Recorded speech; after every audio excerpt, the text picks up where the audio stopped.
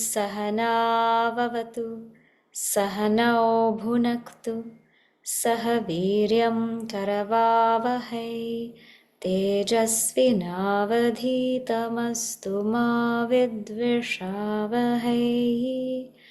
Om Shanti Shanti Shanti. Vakratunda Mahakaya Suryakoti Samaprabha Nirvignam Kurume Deva Sarvakaryeshu Sarvada. Saraswati Namastubhyam Varade Kamarupini Vidyarambham Karishyami Siddhir Bhavatu Me Sada. Samasta Jana Kalyani Niratam Karunamayam Namami Chinmayam Devam Satgurum Brahma Vidvaram. We invoke Bhagavan's grace, Gurudev's blessings, and the entire Guru Parampara as we start our new text, Vākya Vṛtti. This is the text that we are using, Vākya Vṛtti by Puja Gurudev Swami Chinmayananda Ji. And this text basically is a vritti. Vritti here means an exposition. An exposition on the Vakya, on the statement. So it's an exposition of the statement.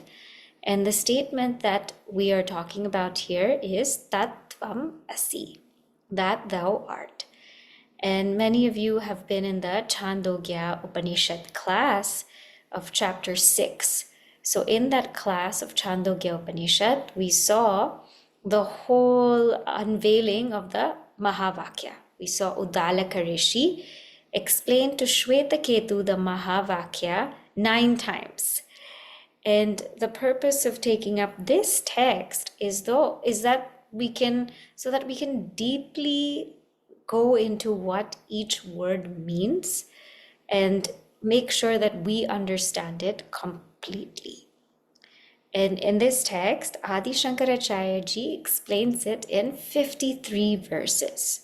So he starts with a whole invocation. Then he unfolds the text as a dialogue between the teacher and the student. So the student has some questions and the teacher goes on to answer. And in that procedure, everything becomes clear for all of us, or so we hope. So before we go into the text, maybe we can just review a little bit. In the Bhagavad Gita, it is said that speech has to be 4 things. So speech has to be 4 things: satyam, priyam, hitam, mitam. And I'll explain. Satyam means speech has to be true. When we speak, not just speech, but when we write something, when we put something together, it should be true, satya. Priyam means it should be out of love. It should be spoken, written out of love, coming from a place of love. Because sometimes we can be true, but we can be really crude. Like, I don't like you, I don't like this, I don't want that. We can be very crude. So it shouldn't only be satyam or true, but also priyam, coming out of a place of love. But that's not enough, because we could say a lot of truthful things out of love, but they're not really beneficial for us, right? I could tell you truthfully that I had gone to Illinois, I had a trip there, and I rode this kind of airplane, and it had 3 seats on one side and 3 on the other, and then there were a lot of delays, but that's not really beneficial to you. I am telling you the truth. I'm telling you lovingly, but it's really not going to benefit you.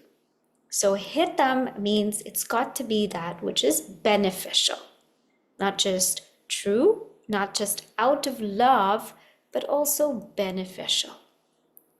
And finally, that's not enough, because speech could be true and loving and beneficial. But what if I go on speaking on and on and on and on and on and on? That's also not okay, right? Or what if I speak too short? That's also not okay. So mitam means it's got to be speech that is measured. I have to be able to convey it in a certain amount of time that is beneficial to both of us. Not something that's too long, not something that's too short. So this is the science of speech. Truthful, out of love, beneficial, and measured. And when we think of all of the speech that we have today, anything that we read, anything that we write, we speak, all of it is a lie. All of it is a lie because it's based on this little I, the ego, right? And anything that's based on the ego is a lie. If I say I am speaking, that I is a delusion. It's an illusory entity, right? It is not the real I, that pure consciousness. It's an illusion. It's the reflection of consciousness. It is just a mere reflection. So when I say I am speaking, I am eating, I am listening, when I say anything with that I is actually a lie. So all that we are speaking, all that we are reading, all that we are writing is a lie. So there is no truth in our speech when we look from the highest standpoint. I remember once Puja Gurudev, somebody had written his biography, The Journey of a Master. And he read it and he said, all of this is a lie. And it's because it's about that ego, right? So none of our speech is actually true. And then when we think about that which is spoken out of love, what could be the most loving speech other than you are in? What could be more loving than that? You are infinite. You are divine. You are that. People can say we look nice, we're sweet, we're kind, but is there anything more loving than you are infinite? Your nature is bliss. You are what you seek. There can't be anything except these great statements of our Upanishads, like tat tvam asi, that thou art. If we look at the third category of beneficial, can we think of anything more beneficial than such a statement which is going to free us from this bondage? Right? Other things may benefit us from time to time. Okay, you'll get a good deal if you shop here. Okay, you'll save money if you enroll in this kind of program. Okay, you can, you'll be healthier if you eat this kind of food or do this kind of exercise. But you will be free of bondage if you realize the truth of this statement. Now that is called beneficial. That's called beneficial. And it's also mitam. It's measured. It's not some huge pages of commentary that I'm just going to forget. I can easily remember it. It's 3 words.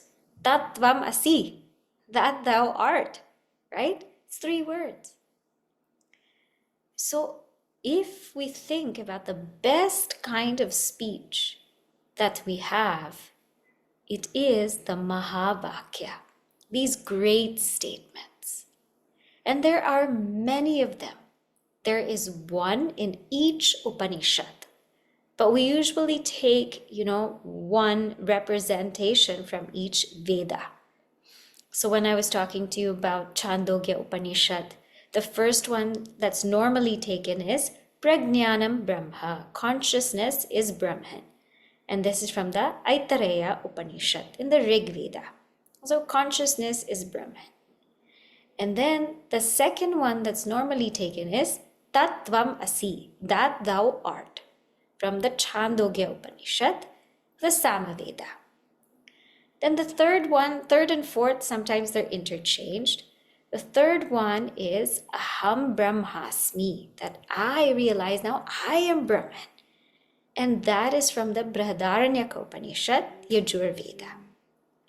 And then I go on contemplating on it. I am Atma Brahma. This Atman is Brahman. This is from the Mandukya Upanishad, Atharva Veda. So the story is, the unfoldment is first I realize that actually consciousness is Brahman. That's what Brahman is. Then the teacher tells me, but you are that consciousness. Don't think that Brahman is consciousness and Brahman has nothing to do with you. You are that consciousness. Tattvamasi. And then I begin to realize it. Oh yes, Aham Brahmasmi. I am Brahman. And my spiritual practice then just begins to dwell on this Atman is Brahman.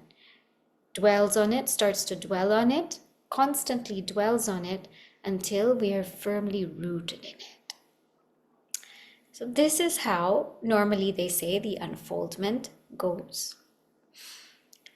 And this statement, Mahāvākya, once we've studied one, it will unfold all of the others. It is like all will have their meaning because it's all the same. It's revealing my identity with the supreme reality.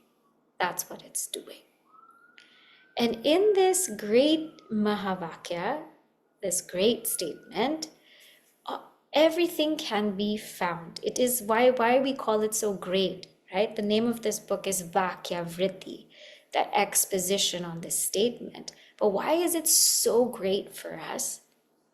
One is because, as we said, that it liberates us. It has that capacity to liberate.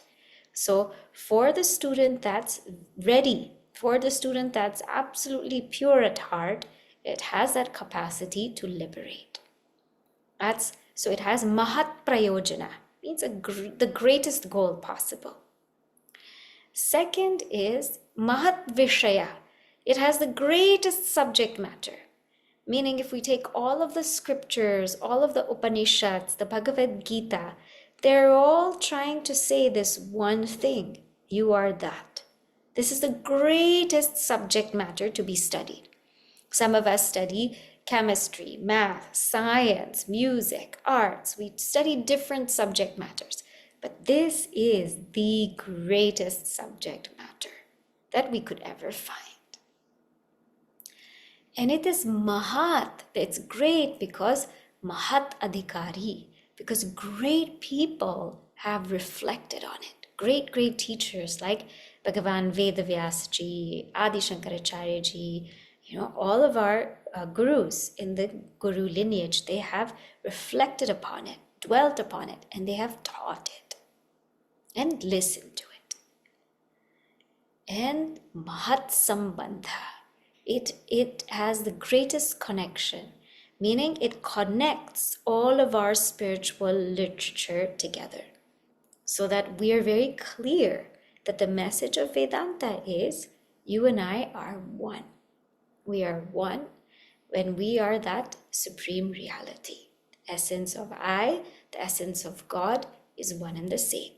The essence of I, the essence of you is one and the same. It connects everything together. All of the spiritual practices culminate in this. All of devotion, all of karma yoga, all of raja yoga, it all culminates in this. So we say that it's mahat, it's great. So now, this text is called a prakaraṇa grantha.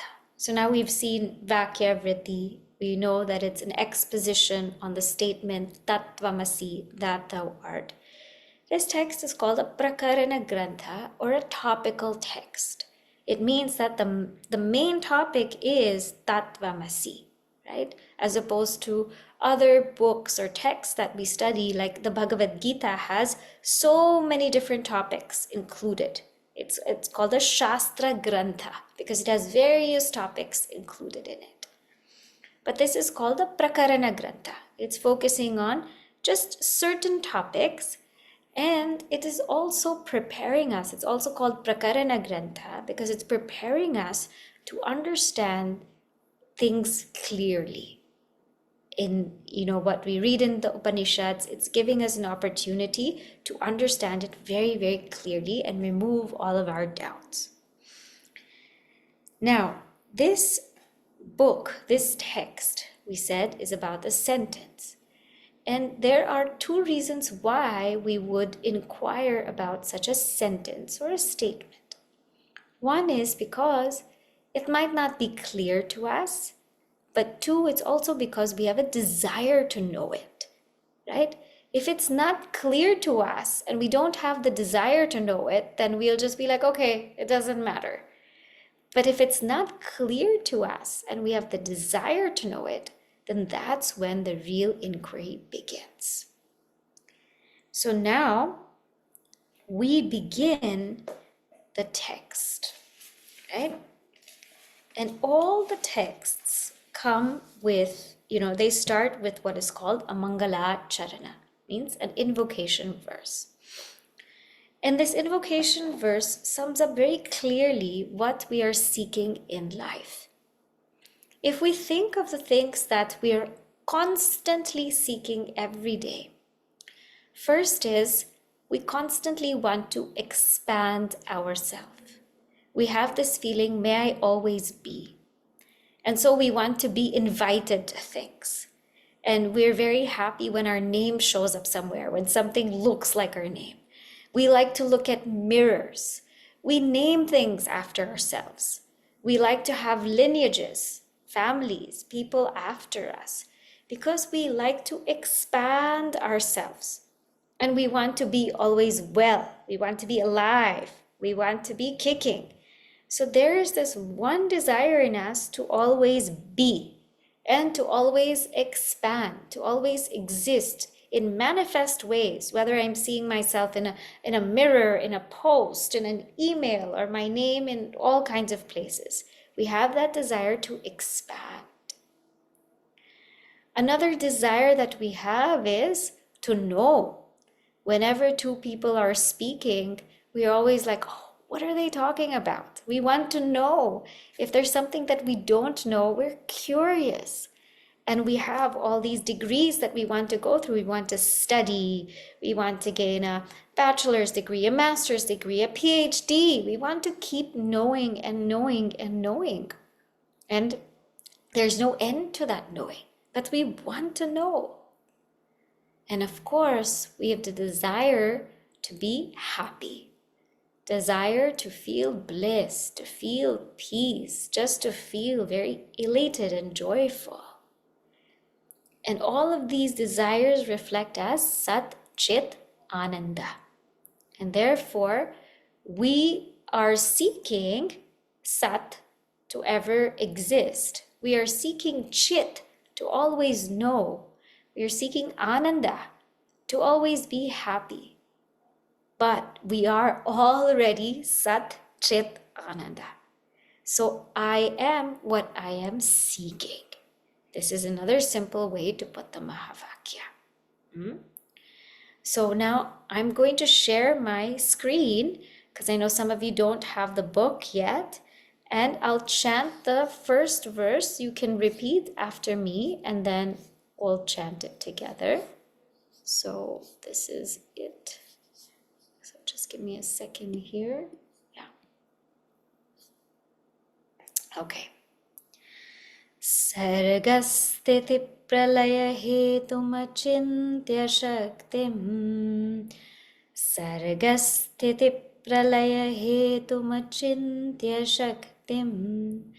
Vishveshwaram Vidita Vishwamanantamurtim.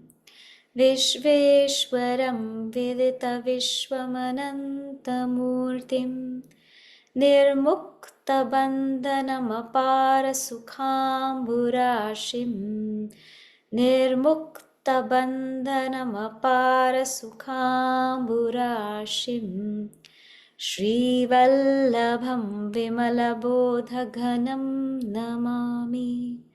Śrī Vallabham Vimalabodhaganam namami. Okay, so I'll just kind of read to you each line what it means, and then we'll go into it a little bit further so that those of you who don't have the book are in the same page. Sargasthiti pralaya hetum achintya shaktim.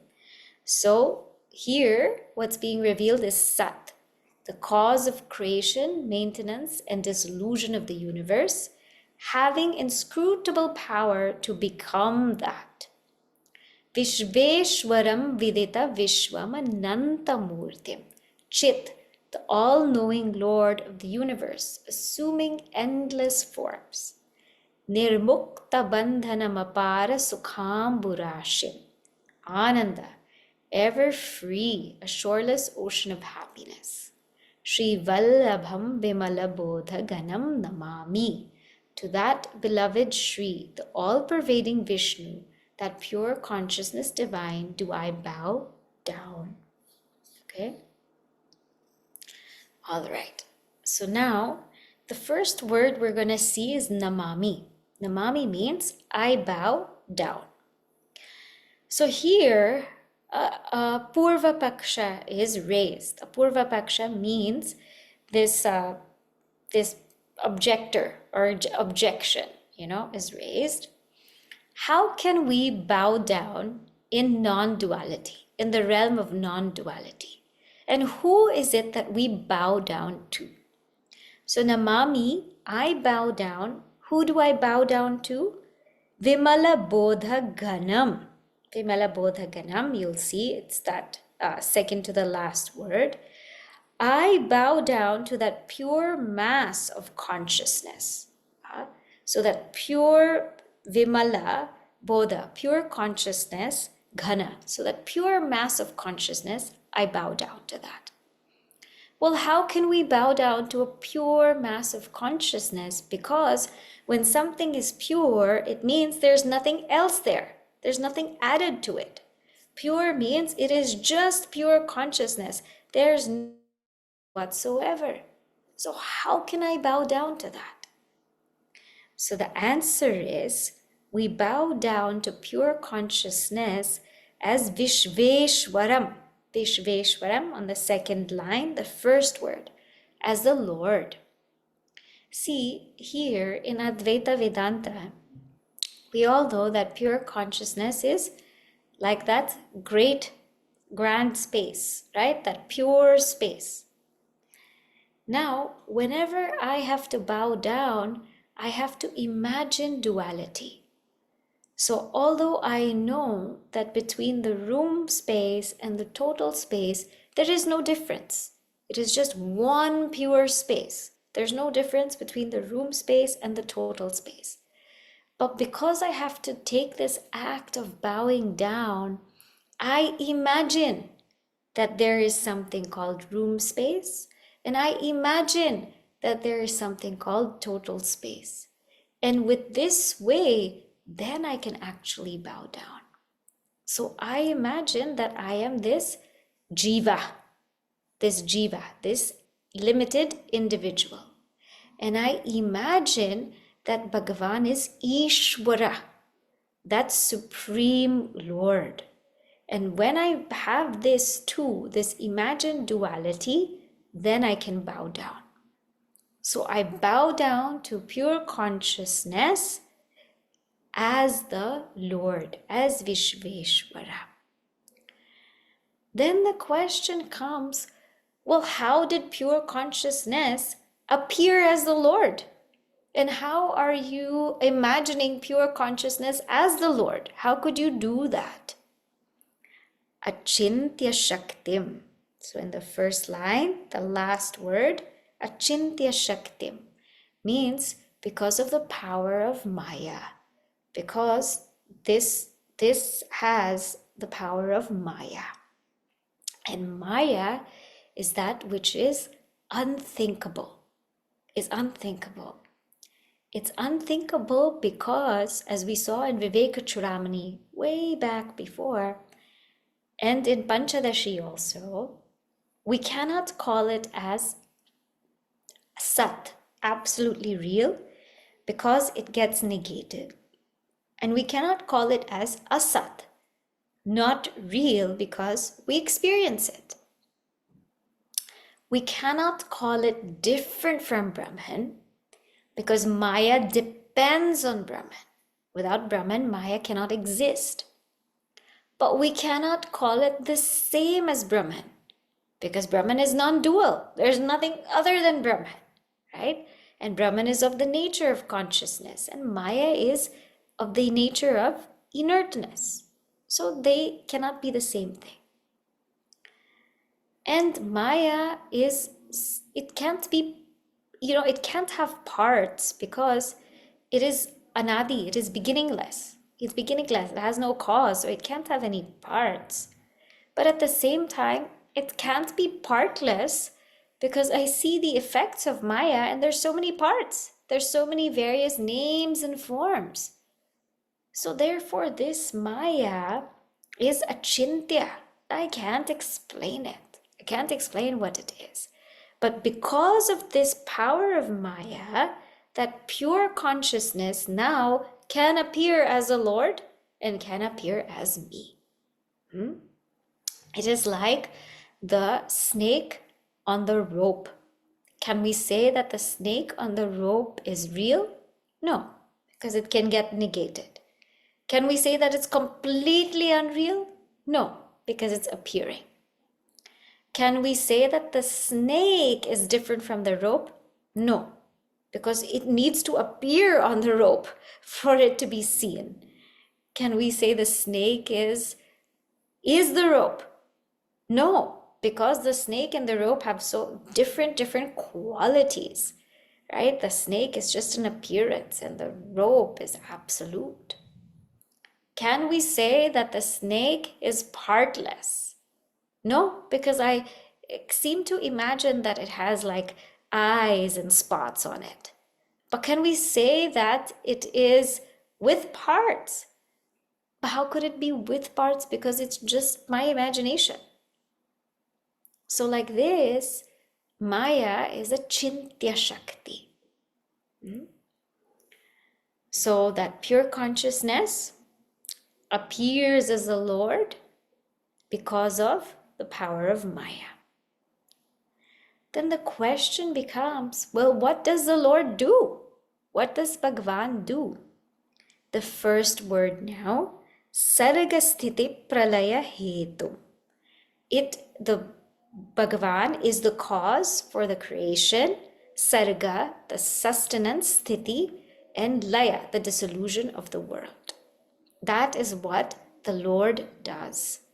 So whatever creation has happened, the sustenance and dissolution, it is in the Lord alone, in God alone. So here it negates the possibility of that kind of Lord who comes and makes the world and then goes away. For us, Brahman appearing as Ishvara is the abhinna nimitta upadana karana, which means is the efficient and material cause. It's efficient and material cause of the world. Like the example given in the Upanishads is the spider. Yathornanabihi. The spider is the efficient cause, sentient cause, and also the material cause of the web, because the spider, visualizes, and then from his own or her own navel creates the web. The material is from the navel, and then that web, the spider is, sustained. The spider is in that web also, And at the end of the day, the web gets recalled back to that spider. So, just like that, Ishvara is the cause of creation, sustenance, and delusion. Dissolution. And here it says, what are the qualities of Ishvara then? A second line, Viditam Vishwam. Viditam Vishwam means the all-knowing Lord. So this is to also say that he is the efficient cause, all-knowing Lord. Ananta Murtim, having endless forms, means this is also to say that he's a material cause. All forms are in him, just like in clay, there's the pot, there's the pitcher, there's the cup, there's all of these things in clay, so too all of the forms are in Ishvara. So this is that Ishvara.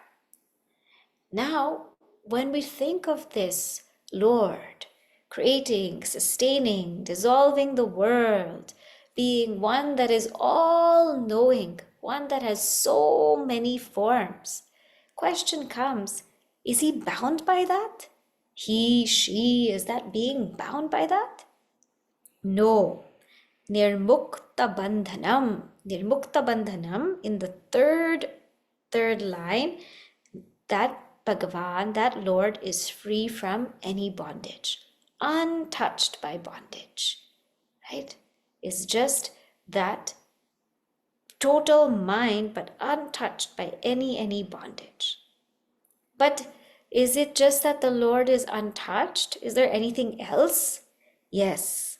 Apara Sukhamburashim has a shoreless ocean of happiness. On the third line, the second word, shoreless ocean of happiness. Pure bliss. Reveling in pure bliss. And okay, this consciousness appears as this Lord, who is now the creator, sustainer, dissolver of the world. And this consciousness appearing as the Lord is free from sorrow, is ever happiness, but I want access to that Lord. How do I get access to that Lord? Śrī Vallabham. The fourth line, the first word. Śrī means Lakshmi. Vallabha means that which is dear to Lakshmi. So Śrī Vallabham means to Bhagavan Vishnu. That Lord now takes up a form for me to worship, because I feel limited. I need a limited form to worship. To even think of Ishvara is too much. So I worship him as Śrī Vallabham Vishnu. So to that pure awareness that appears, that first of all is pure consciousness, that appears as Ishvara, that God of the universe, that appears as this world, Jagat, that appears as my own personal form to worship, whether it's Vishnu, Shiva, Devi, appears also as me as I bow down to that pure consciousness that has all of these appearances, I prostrate. So it's a very beautiful thing. If we read this whole verse, the whole Advaita Vedanta is encapsulated in this verse. And this is how he introduces it, right? So now let us read the verse, and then you can kind of just be familiar with the words. So let me share this with you. Give me a second. I'll share this with you again so that it's easy.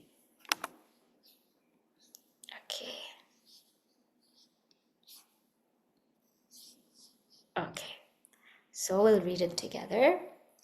Sargasthiti pralaya hetumachintya shaktim Vishveshwaram vidita vishwamanandamurtim Nirmukta bandhanamu apara sukhamburashim Shrivallabham Vimalabodhaganam Namami. Okay, now the question comes, right? That this is all fine, this is all great, but I feel like this is still far for me. So that consciousness appeared as the world. Okay, but I'm not finding my solutions in the world. That pure consciousness appears as jīva, but I'm such a troubled jīva. That pure consciousness appears as Ishvara, as this great, great God of the universe. Okay, great, but that feels like so far from me. That pure consciousness appears as my own form, Vishnu, Shiva, Devi. Yes, but it feels like I have to do so many spiritual practices to even attain that kind of darshana or vision. So how to realize this truth? Well, that pure awareness also appears to us as Guru, as the lineage of teachers which share this knowledge to us. So that Ishvara, that God customized for us, who has come to us, for us, to share this knowledge is called Guru. So the second invocation shloka is to prostrate to that Guru. So let us now see that. Okay.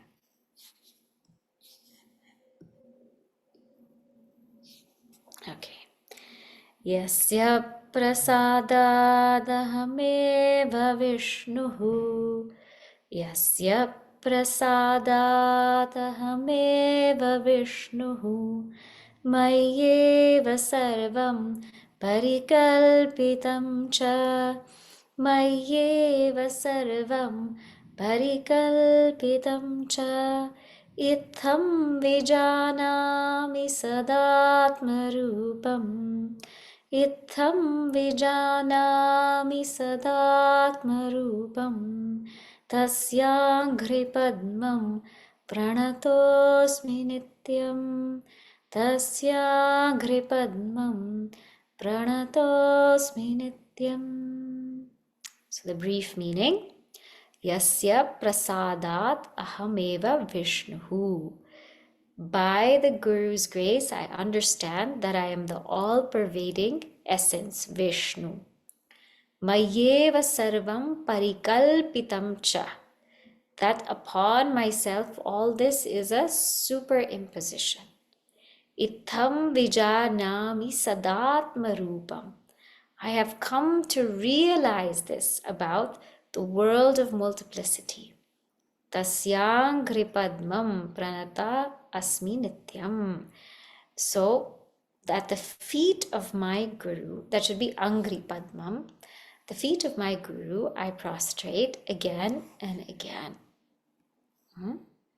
So let us see this verse.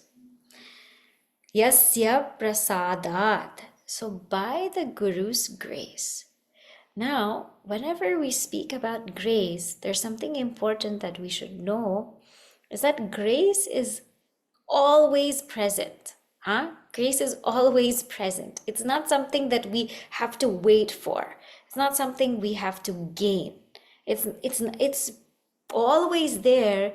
Grace is something that we need to tune into.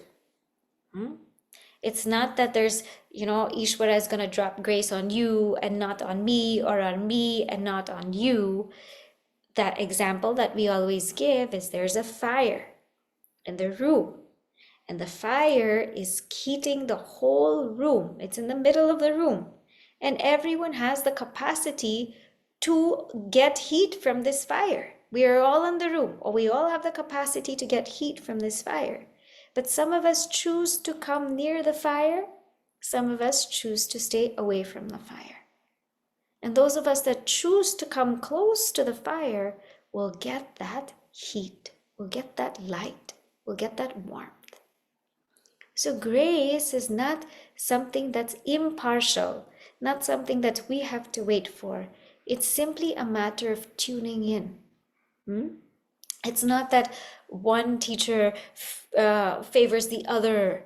It is whenever we tune into that Lord, that lineage of teachers, that Guru Parampara, the more we tune in, the more grace dawns upon us.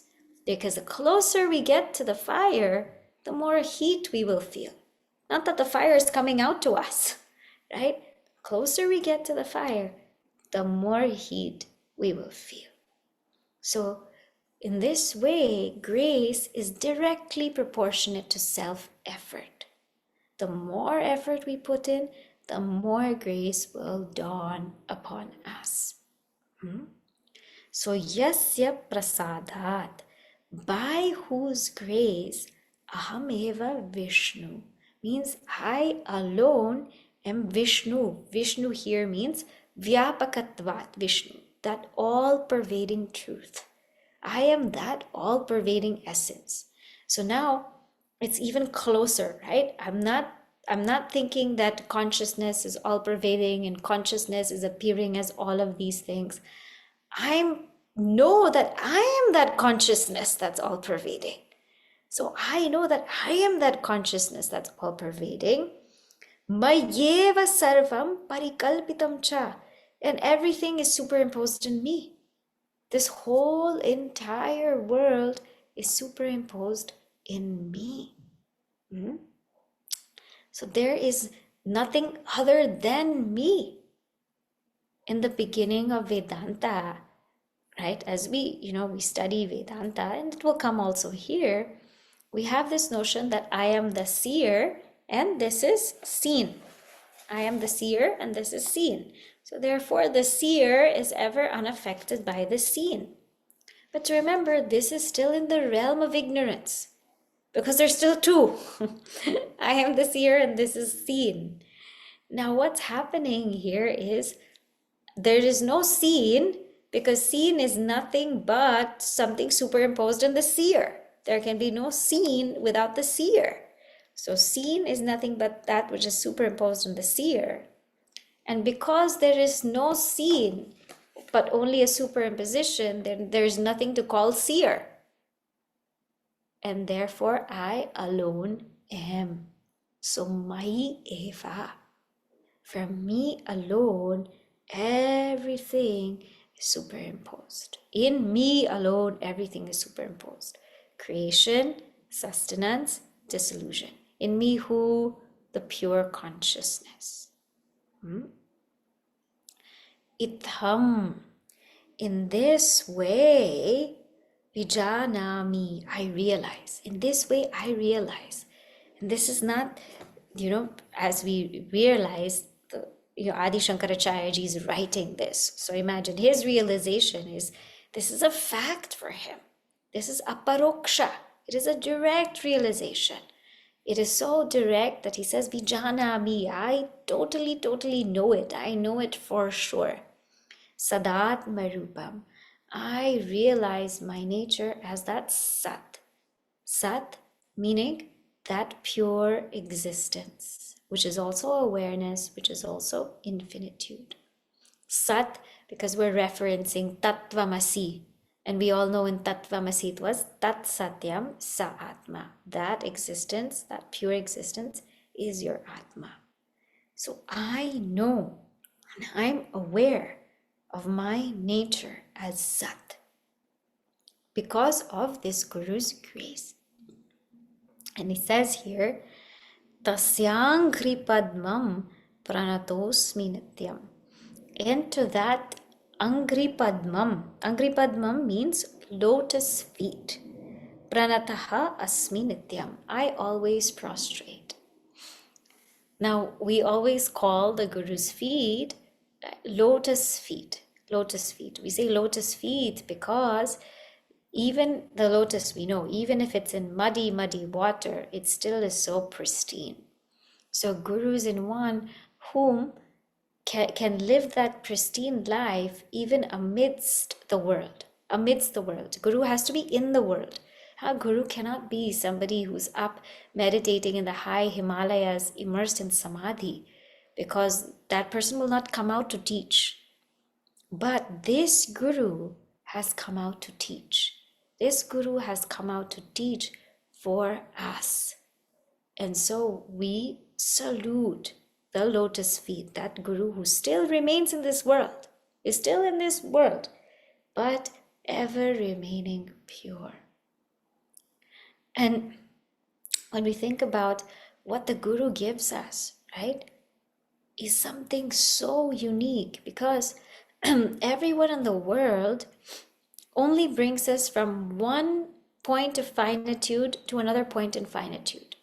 Let us say in the world we have an opportunity to make money. And then we get a promotion, now we can make more money. Great, but I'm still finite. I'm still finite, right? Or I want to improve my body. I want to be healthier, fitter, so I go to a trainer. Great, I do that. I improve my body, but I'm still finite. Okay, I want to get into a relationship, have a family. Okay, so I want to meet people. Great, well and good. Grateful to all of the people who make it happen, but I'm still finite after that. I want to get a career and learn all of these wonderful things, and I want to know more deeply. Great, I get my career, I get my master's, I do all of that. I'm still finite. So everything in the world and everyone in the world helps us get from one finite place to another finite place. And we're moving, and we're moving higher. But remember that this movement is from maybe lower finitude to higher finitude. But it is that Sadguru who leads us from finitude to infinitude. So that is something that's remarkable. That's our true nature. That's who we are. And so here, in the commentary, it says that this is not even praise, this is not stuti, but this is just like, it's so heavy. It's like the feeling is so heavy, because what do you do to someone who has made you realize who you are? What can we do? And so Adi Shankaracharya ji says, Pranataha asmi nityam. I constantly bow down.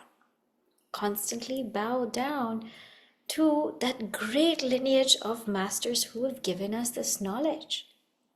We can start from, they say Bhagavan Shiva, some Bhagavan Vishnu, that Ishvara who comes or who came as Bhagavan Vedavyasji, who compiled all the Vedas into writing format. So we have it. To Adi Shankaracharya ji, who writes commentaries and commentaries for us to really, really grasp the essence. To people like Swami Shivananda ji Maharaj, Swami Tapovan Maharaj, who have shared this knowledge with so many, many people, shared the depth of their knowledge. To Swami Chinmayananda ji, who writes this book again and again, explaining to us. So to all those great masters, not just to them, but in all of our lives, to all of those great masters who have contributed to helping us reach the infinite from the finite, to them we bow down to. Because without their presence, without their grace, we wouldn't be able to do anything. So in this way, Adi Shankaracharya ji starts Vākya Vṛtti with these two powerful invocations, right? Now what happens next between the teacher and the student, that we will take up next week, okay? So next week we will go into the text proper. So if you don't have the book yet, please do get it. And next week we will take this up. I'll say the closing prayer, then if there are any questions, we can take those up. Om Purnamadav Purnamidham Purnat Purnamudachyate Purnasya Purnamadaya Purnamevavashishyate. Om Shanti Shanti Shanti. Harihi Om Shri Gurubhyo Namaha. Harihi Om.